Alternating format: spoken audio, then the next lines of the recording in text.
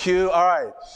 We are now at we have come to the last sermon of this series called Love Is. But at the same time, we've also come into this season of Lent in 2024. And so what I've decided to do today was actually bring the sermon series Love Is to a close, but at the same time try to match it with our new sermon series for during the season of Lent, which is called The Parables of Jesus. And so I found no better way to put these two themes together than to talk about a parable that each and every one of you are very much familiar with. It is the parable of the Good Samaritan. And this morning I have titled my sermon with Love in Action. And it comes from Luke chapter 10, verse 25 through 37. But before we go into the parable of the Good Samaritan, I would like to ask you all a question, and it's this. How does one measure a person's love for God? If I were to ask you in this congregation, in this room alone, how many of you think, how would you rate someone's love for God? Would you say that the person standing up here in front of you, which is me, the pastor, am I the person who loves God most? Is it the person who prayed this morning like Chun prayed? Is he the one who loves God the most? Or is it our praise band members who practice week in and week out and do all of these things for our church? Are they the ones who love God the most? Today, Chun prayed this prayer and he asked, he said, the beginning of his prayer was, Lord, you taught us that the greatest commandment is love the Lord with all your heart, with all your soul, and with all your strength and with all your mind. And then Chun proceeded to ask the question during prayer. He asked, I wonder what that means and how do I do that? If every one of you are Christians here, you may have wondered, how do I love God?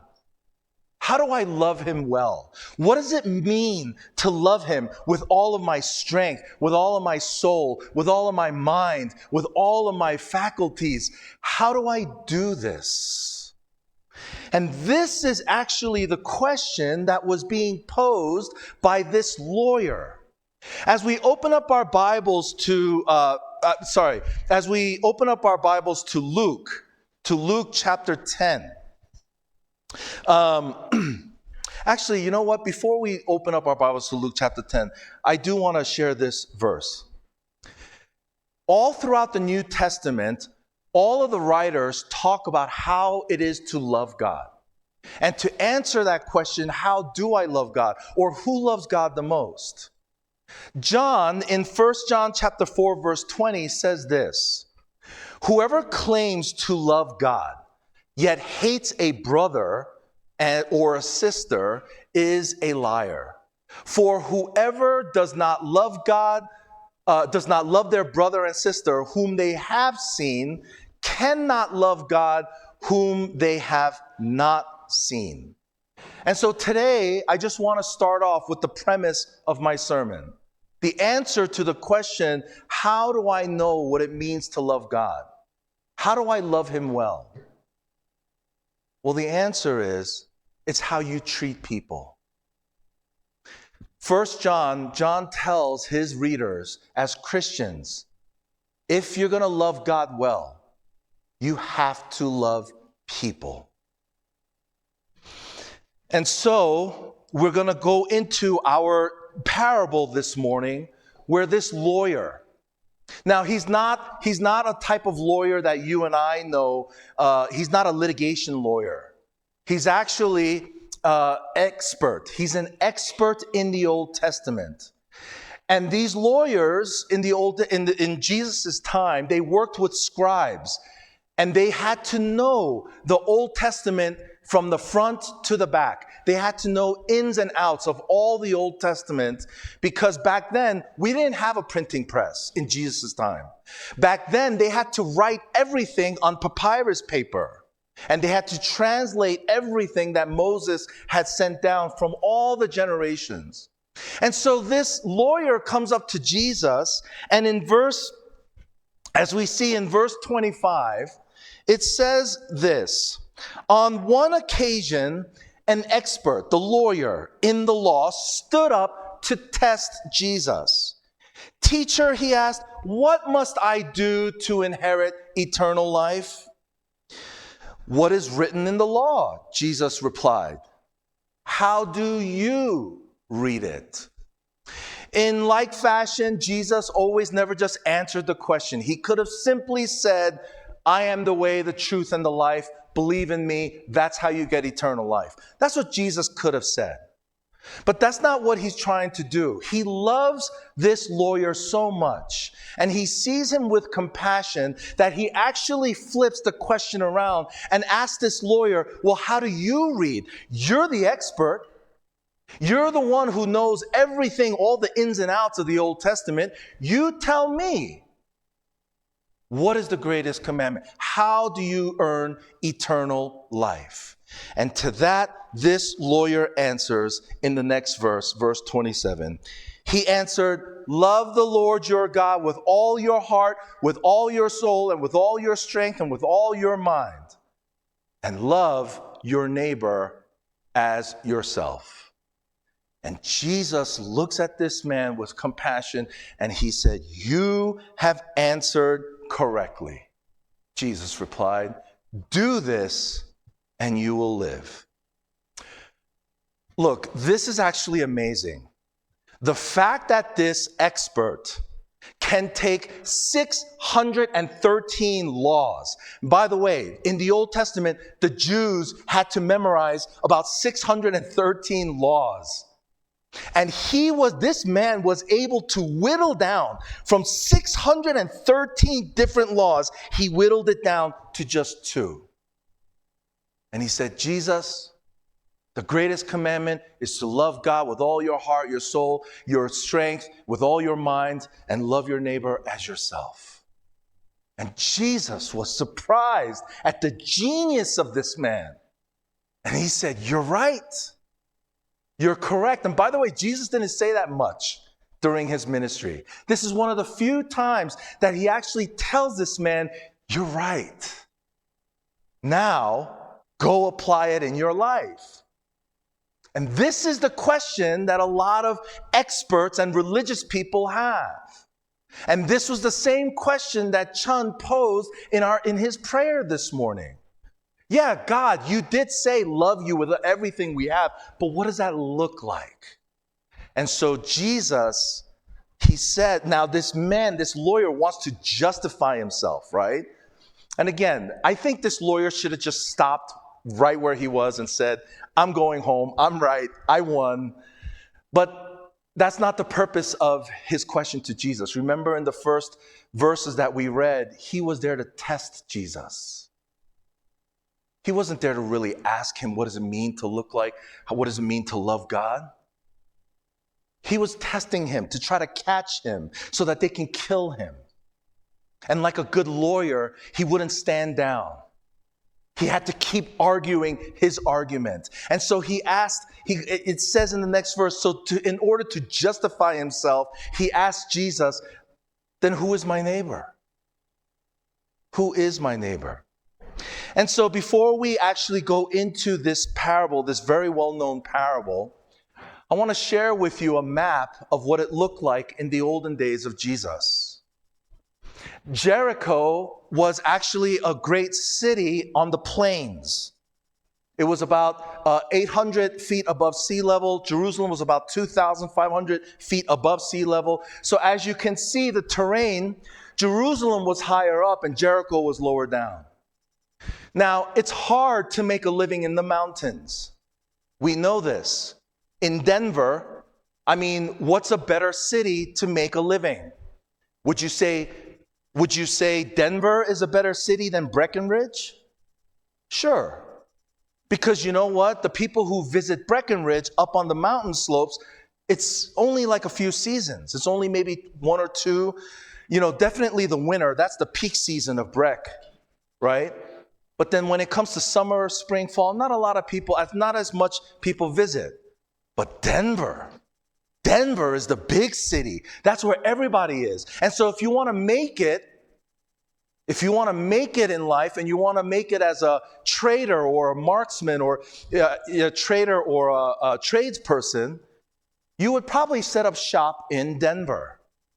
Well, that's exactly what is going on here. In Jerusalem, because of the plain and because it was flat and not in the mountains, a lot of merchants who were trying to sell their stuff would move from Jerusalem all the way down and make that 20-mile trek downwards into this city called Jericho.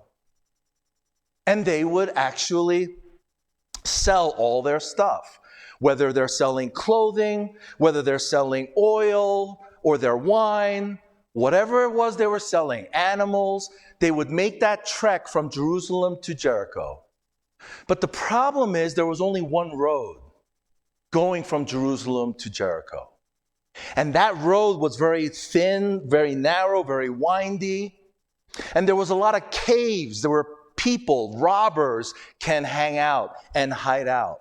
And they knew that merchants would be traveling from Jerusalem down to Jericho to sell all their stuff. So it's kind of like burglars waiting for an armored car. They sit in front of the bank, they check it out, they're waiting for their time when the armored car puts all the money and all the stuff into their car, and then once the armored car leaves, that's when they start following. And then that's where most of the heists come in play. Same thing is happening back in Jesus' time. Robbers knew that merchants were carrying all of their stuff from Jerusalem down to Jericho. And I needed to share with you this context to see what Jesus is talking about. And so with this understanding that merchants would go back and forth from Jerusalem to Jericho, here is the story that Jesus gives to answer this question, who's my neighbor? And in reply, Jesus said, a man was going down from Jerusalem to Jericho when he was attacked by robbers. They stripped him of his clothes, they beat him, and went away, leaving him half dead. I mean, this guy was breathing with every inch of his life. So a priest happened to be going down the same road. And when he saw the man, he passed him on the other side. So too, a Levite, when he came to the place and saw him, passed him by the other side. Of all religious people that you would vote to say who loves God the most, back in Jesus' time, you would probably say, yeah, the priest, the Old Testament priest, the Jewish rabbis and the priests, they would love God the most, for sure. That's what the majority of people would say. But Jesus talks about a man who's bloodied, he's half dead, he's breathing within an inch of his life, he's laying on the road, and he was robbed, beaten, and just sitting there. And this priest, with all of his beautiful gown and robe, he's just walking, and then he sees this man, and then he says, whoop, I'm going on the other side. That's not my problem. Now, scholars actually debate this. Why did this priest leave and just go on the other side? Many scholars actually come together and share this viewpoint. It's because according to the Old Testament, if a priest were to touch a man or woman who was bloodied and half beaten, well, they would have to go through ceremonial rites. By the time this priest reached Jerusalem, he would have to go through this long, extended purification rite, where he would himself have to shower. He would have to take off all the clothes that he wore. They would have to burn it. They would have to do this whole thing, like a week-long ritual, because all the Jews would say, well, priest, you touched a man who was bloodied. Well, now you have to be clean. We got to clean you all up. And so for many of us, it's kind of like many of us where we say, you know what, I don't want to bother. That's just too much. And so I could understand this priest kind of walking to the other side and saying, I don't want to deal with it. It's just too much for me. Well, the Levite is sort of similar in the priest in the way that the Levites were actually a group of men who was assisting the Jewish priests. Now, the Levites were experts in the law. And so for the Levite, there was actually, out of the 613 laws that I talked to you about with the Old Testament, there was one law where it said that if you help a man or woman who is in need, or like this guy who's beaten down and broken, that person actually has the right to sue you, the helper, if you don't completely help this person. Like, you have to actually help them walk and be, just everything. Like, you have to go through the whole 9 yards to help this person, or else they have the right, the person who's hurting, this dying man, who's most likely a Jew, he has the right to sue you as a Levitical priest. They had the right. And so this Levite, I imagine, who's a lawyer, who knows everything about the law, he's probably looking at this man and calculating in his mind, you know what? He's dying with an inch of breath in his life. But what if I don't save him and he dies in the middle of me carrying him? I could be sued. I don't want to go through the trouble. So you know what he does? He steps aside and he says, not my problem. That is not my problem. And we have laws like that too, don't we? We have laws where apparently, I don't know if this is true in Colorado, but I remember when I was living in California, they were talking about a law where if a robber comes into your house and he breaks the glass and he steps on it or something and he cuts himself, because it's your property, that robber could sue you. So I remember some of my gun-toting friends would tell me, if you have a gun, make sure you use it, because they could sue you if they're alive. I mean, I was like, what? Is this what happens now with all these laws? This is the nature of human beings. We are always trying to circumvent, making sure. And so I understand this Levite. Man, if you could get sued for helping someone dying on the side of the road, if you could be liable to be sued, I would probably move to the side and say, not my problem. This is not my problem. But Jesus then talks about a third man. And I love it that he uses this man, a Samaritan. Samaritans were hated by the Jews. They were hated so much that the Jews actually considered Samaritans half-breeds. Samaritans were a people who were once Jewish, but when the Assyrian army came in to invade Jerusalem, some of them raped and pillaged some of the people. And the children that came out of these rapes and pillages, they would be the Samaritans. And so Jews spit on them. They didn't even say their names. They thought they were under like dogs. That's how bad they hated these Samaritans. And Jesus uses a Samaritan to say, but a Samaritan, as he traveled, came where the man was, and where he saw him, he took pity on him. He went to him and bandaged his wounds, pouring on oil and wine. Then he put the man on his own donkey, brought him to an inn, and took care of him. The next day he took out 2 denarii and gave them to the innkeeper. Look after him, he said, and when I return, I will reimburse you for any extra expense you may have. Now, I, without a shadow of a doubt, believe that the man who was beaten in this story is actually a Jew. Because he talks about walking from Jerusalem to Jericho. He must have been a Jew, just by the location of it. And for this Jew, Samaritans and Jews just did not talk to each other. They didn't even touch each other.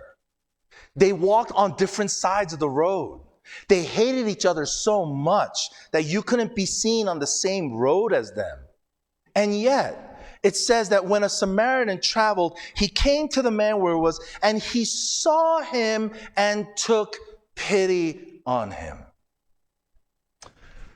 Now, I underlined this part. He came where the man was. All the other Jews, all the other fellow Jews, the priest and the Levite, they didn't even come near this bloody man. They actually stepped aside and actually walked to the other side because they didn't even want to touch this man. They didn't want to defile themselves. But it says here that when he saw him, he took pity on him. This word "took pity" in the Greek actually means compassion. Compassion. And you know what I found in my own life? I have found that many times in my experiences, those who help, those who have extreme compassion, you know that compassion that comes at the bottom of your stomach, the pit of your stomach? That type of compassion comes from people who have experienced very similar experiences as they are seeing. For example, do you know the organization called MADD, M-A-D-D? It stands for Mothers Against Drunk Drivers. Do you know who it was founded by? It was founded by a mother who had lost her child from drunk driver. And she saw that there were so many people dying because of drunk driving. She said, you know what, I'm going to do something about this. And so she created an organization called MADD to raise awareness and to let people know that you shouldn't be drunk driving because another family can be upended by this. And so she had compassion for all those people who had loved a lost one through drunk driving. You see those people wearing pink ribbons that talk about fighting against cancer? Most likely they've lost someone or they're going through something right now who has cancer. They know somebody, and so they walk miles and miles and they do fundraisers. Why? Because they have compassion, because they know what it feels like to be hurting. They know what it feels like to have cancer devastate your family. They know what it feels like to lose a loved one with drunk driving. And I imagine that this man, I believe he's a merchant. And I'll tell you why, because it talks about him having oil and water. I mean, wine, you don't travel just with oil and wine unless you're like a really bad drunk. But this guy, I believe he's a merchant, and he knew what it meant to be robbed, to be beaten, and to be left on the side of the road. I believe this Samaritan had made this trip back and forth many times, and he knew how dangerous this was. And so he sees this man, and unlike the priest and unlike the Levite, this man started having compassion, deep compassion in his heart, and he took pity on him. What is this compassion? I believe this man loved this broken, dying Jew. I believed he loved him with all his heart.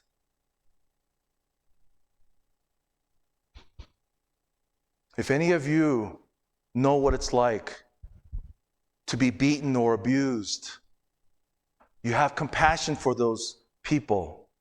And I have found in my experience, people who are who involve themselves with children, they do this because they themselves know what it's like to be a child, defenseless. And so for the rest of your life, you give your life, giving it to helping children in need. I believe this man's doing the same thing. That heart, that deep, compassionate heart of his comes from knowing the depth of pain that he's probably experienced. What is in your heart? What have you experienced in your life that when you see on the internet or when you see on social media an injustice being done, like your heart burns within you and you have this compassion towards this other person? Many times it's many of the experiences that you yourself receive. But furthermore, Jesus says he went to him and bandaged his wounds, pouring on oil and wine. Once again, what is a guy traveling from Jerusalem down to Jericho doing with oil and wine? They don't mix. What is he going to do with that? Well, again, it's my presupposition, and I believe that this man was a merchant. He was actually carrying a bunch of oil and wine to go down to Jericho to sell. And in the midst of this, if you have something to sell, like let's say you're selling cell phones in the back of your car and you're driving and there's a beggar who's looking for cell phones. Would you just go ahead and reach from your back trunk and just give him one? Or would we pass him by and just say, not my problem. I'm late.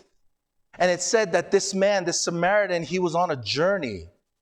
He had a quota to meet. He had to go to the store and sell his wares, but he actually stops. And he gives of himself, and he gives of his own. He uses his own oil and wine to help this man. Do you know what I see? I see a man, this Samaritan, he loved this guy with his soul. What's mine is yours, and what's yours is mine. Have you ever been loved by somebody who loves you so much that they don't care what they lose? They don't care what they have. It's all yours. This is like marriage. I know so many marriages which are failing because people they fail to see that what's mine is yours and what's yours is mine. They split everything down the middle. Have you ever seen a couple like that? Like a married couple who splits everything down the middle? It's like the Marriage in the Joy Luck Club, if you ever saw that movie. It's terrible. That's like a loveless marriage. But this guy, he actually gave of his own wares and his own, this is money that's in his pocket, and he's giving it to help this man. He loved this man with all his soul. I have to move on because just for the sake of time. But he says, then he put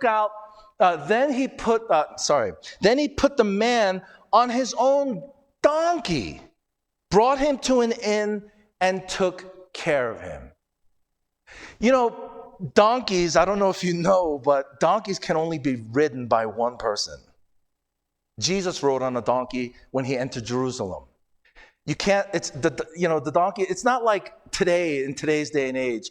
If you see someone beaten and bloodied on the street, you can literally put that person in the back, your back seat, drive to the nearest hospital, and just drop him off. But a donkey can only be ridden by one person. And we see here that this man actually put the bloodied man on his donkey. Do you know what that means? That means for the rest of this trip, until he gets to the inn, this Samaritan has to walk the entire way to the inn. Remember, this trip is about 20 miles long from Jerusalem to Jericho. Maybe he stopped halfway. That's another 10 miles. Do you know what it's like walking 10 miles holding a donkey because you gave up your own seat so that this person who's dying can have a fighting chance at life? I see this Samaritan loving this man with all his strength. He gave up his own seat so that this dying person can ride on the donkey, and he led him all the way. And then finally, I believe this Samaritan loved this man with all his mind. Where do I get this? The next day, he took out 2 denarii and gave him to the innkeeper. Look after him, he said, and when I return, I will reimburse you for any extra expense you may have.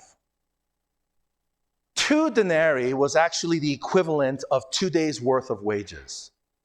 If you make $50,000 a year, which is the average salary in the United States, I believe, right now, it should be more, though, from adjusted for inflation. But that's about $400. If anybody has worked if anybody here has worked days like being a cashier or a register person, you probably know what this term means, a daily float. Does anybody know what that word is? It's the change in the cash, or some people call it petty cash. It's the change in the machine that you have on the morning of that you can give as change for people. I believe 2 denarii was all he had because he was about to sell all of his stuff, and he needed 2 denarii for change to give to customers when he went down to Jericho to sell his stuff. But he gives that up. And he thinks to himself, well, you know what? I only have 2 denarii. That's all I have. Okay, what can I do? What can I do? He thinks about things, and then he comes up with a brilliant idea. Hey, innkeeper, this is all I have right now, but whatever this dying man, just take care of him, whatever cost he incurs. If he costs me 10 denarii, when I come back from selling all my stuff, I'll reimburse you. I'll pay you back. That's loving this man with all his mind. He had to think of a way to help this man. Not only does he give himself up, not only does he have compassion, he's helping this man with all of his mind. And so Jesus finally asks the question, which one of these 3 do you think was a neighbor to the man who fell into the hands of robbers? And look at how this man, the lawyer, the expert, the holy man, look at what he says. The expert in the law replies, the one who had mercy on him. He couldn't even say his name. He knew he was a Samaritan. Jesus spelled it out. But this man said, the one who had mercy. That disgusting pig. This man didn't learn his lesson. Everything Jesus was talking about went through this man's mind. It just skipped him totally.